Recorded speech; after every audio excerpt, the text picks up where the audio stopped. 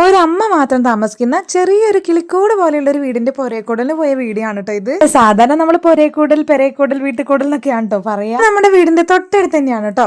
അങ്ങനെ നോക്കിയാൽ കാണുന്നില്ലെങ്കിൽ ഒന്ന് കുറച്ച് ദൂരമുള്ളൂ അങ്ങോട്ടേക്ക് നടക്കാൻ. വീടിന്റെ മുൻഭാഗത്ത് തന്നെ പന്തലിട്ടതുകൊണ്ട് നമുക്ക് വീടിന്റെ ഫ്രണ്ട് ഒന്നും എടുക്കാൻ പറ്റിയിട്ടില്ല. അതുകൊണ്ടാണ് ഒരു സൈഡിൽ നിന്ന് എടുത്തിട്ടുള്ളത്. പക്ഷേ പൊരേക്കൂടലൊക്കെ കഴിഞ്ഞതിന് ശേഷം ഒരു ദിവസം ഞാൻ പോയി ഫോട്ടോ എടുത്തിട്ടുണ്ടായിരുന്നു. ഇതാണ് കേട്ടോ വീട്. പക്ഷെ നല്ല തിരക്കുണ്ടായോണ്ട് തന്നെ നമ്മൾ വീടിന്റെ പുറകിലൂടെയാണ് കേട്ടോ കയറിയത്. അപ്പോൾ ഇവിടെ അമ്മമാര് പപ്പടമൊക്കെ പൊരിച്ചോണ്ടിരിക്കുകയാണ്. ഇത് കണ്ടോ, അധികം ആഡംബരങ്ങളൊന്നും ഇല്ലാണ്ട് കുഞ്ഞൊരു അടുക്കളയും കുഞ്ഞൊരു ഹാളും അതുപോലെ തന്നെ ചെറിയൊരു കോലായും എന്ന് പറഞ്ഞാൽ സിറ്റ് ഔട്ട്, അതിന്റെ കൂടെ തന്നെ ഒരു അറ്റാച്ച്ഡ് ബാത്റൂം. ശരിക്കും ഒരാൾക്കൊക്കെ താമസിക്കാൻ പറ്റിയ എല്ലാ സൗകര്യമുള്ള ഒരു കുഞ്ഞു വീട്.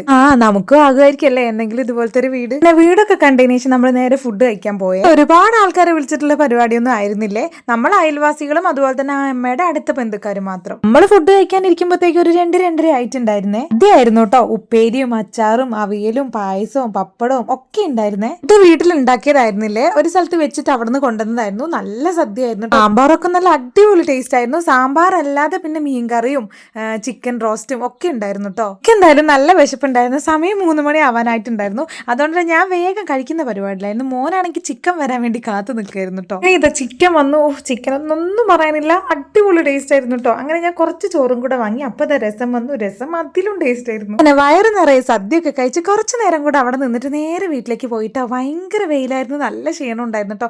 അപ്പോൾ ഇതൊക്കെയാണ് നമ്മുടെ പൊരേക്കൂടൽ വിശേഷം. അപ്പോൾ എല്ലാവർക്കും ടാറ്റ.